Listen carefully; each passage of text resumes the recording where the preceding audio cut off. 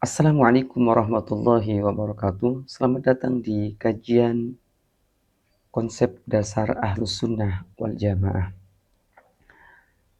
Tak jarang kita sering mendengarkan propaganda kembali kepada Al-Quran dan Sunnah. Ini siapa yang mengatakan propaganda kembali kepada Al-Quran dan Sunnah? Datangnya dari siapa?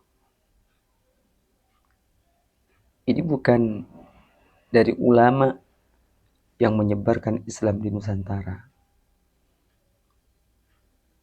Ulama salaf yang menyebarkan Islam di Nusantara nggak bilang begitu. Kenapa?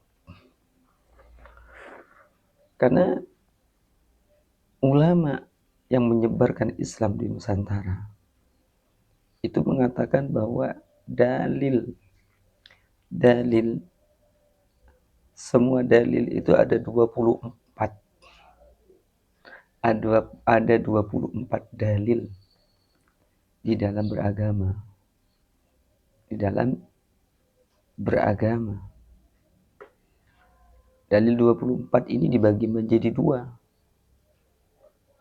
Ada dalil muttafaq dan ada dalil mukhtalaf. Dalil yang muttafaq yang disepakati itu ada 4. Pertama adalah Al-Quran, kedua adalah hadis atau sunnah, ketiga adalah ijma, yang keempat adalah qiyas. Dan yang 20 ini adalah dalil mukhtalaf yang diperselisihkan oleh para ulama.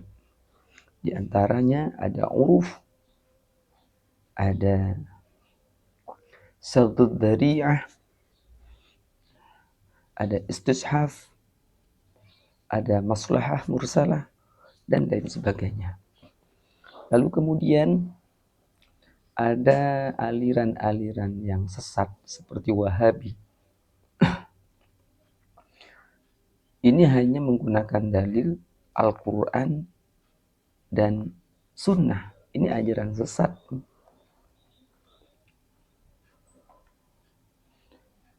Kenapa? Ini adalah korupsi dalil. Kalau ada orang, pemerintah, kepala desa, bupati, ketika ada anggaran 1 miliar sumpamanya,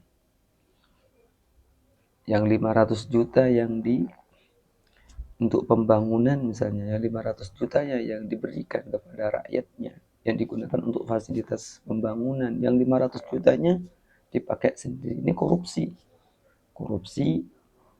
uang. Tapi kalau aliran-aliran sesat, ini korupsi dalil. Jahat enggak ya? Kalau ada orang yang korupsi uang, jahat. Orang yang korupsi dalil juga jahat.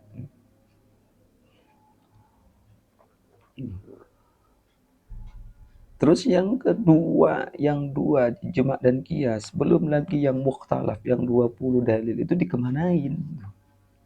Ini bahaya. Ajaran-ajaran seperti ini bahaya. Ini harus diluruskan. Di tengah-tengah masyarakat, diterangkan, dijelaskan kepada putra-putri kita, keturunan-keturunan kita agar tidak tersesat. Kemudian bahwa di dalam agama, di dalam beragama, di dalam menjalankan agama Islam ini, ada 3 pilar. Pilar yang pertama itu adalah akidah. Pilar yang kedua adalah syariah. Pilar yang ketiga adalah tasawuf. Jadi kalau ada aliran, ada satu kelompok yang tidak bertasawuf, cuma berakidah, dan syariah tapi tidak menolak tasawuf, ini ajaran sesat. Nah, dalam ilmu fikih, dalam akidah, kita ini ada dua imam. Kita harus mengikuti salah satu imam. Yang pertama adalah Imam Abul Hasan Al-Asy'ari, yang kedua adalah Imam Abul Mansur Al-Maturidi. Kalau di Indonesia kita kebagian pendapat Imam Abul Hasan Al-Asy'ari atau yang dikenal dengan paham Al-Asy'ari dalam bidang akidah. Kalau orang yang tidak bermazhab akidah dalam masalah akidah, tidak mengikuti salah satu dua imam ini, maka alirannya dianggap aliran sesat. Kemudian dalam fikih adalah ada kita menganut 4 mazhab atau yang dikenal dengan madzahibul arba'ah. Imam Syafi'i, Imam Maliki, Imam Hanafi, dan Imam Hambali. Di Indonesia kita kebagian pendapatnya Imam Syafi'i, mayoritas di Indonesia. Kalau tidak mengikuti salah satu 4 mazhab ini, maka ibadahnya dianggap sesat. Kemudian di dalam ilmu tasawuf kita itu mengikuti pendapatnya Imam Junaid Al-Baghdadi.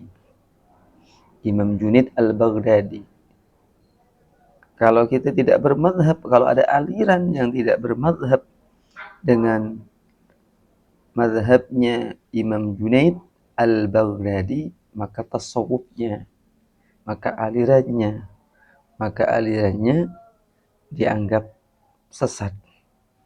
Sahabat-sahabatku yang dimuliakan oleh Allah Subhanahu wa Ta'ala.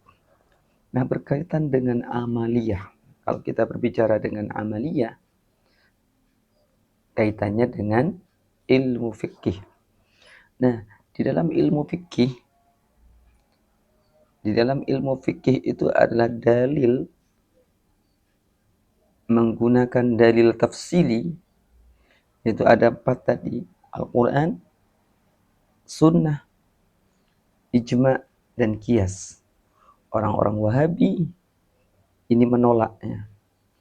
Orang menolak Ijma' dan Qiyas. Orang-orang dan juga ada pemikiran Mu'tazilah, pendapat Mu'tazilah. Ada salah satu tokoh Mu'tazilah yang menolak Qiyas, yaitu Ibrahim bin Sayyar An-Nadham. Itu adalah tokoh Mu'tazilah yang menolak Qiyas. Padahal sebagian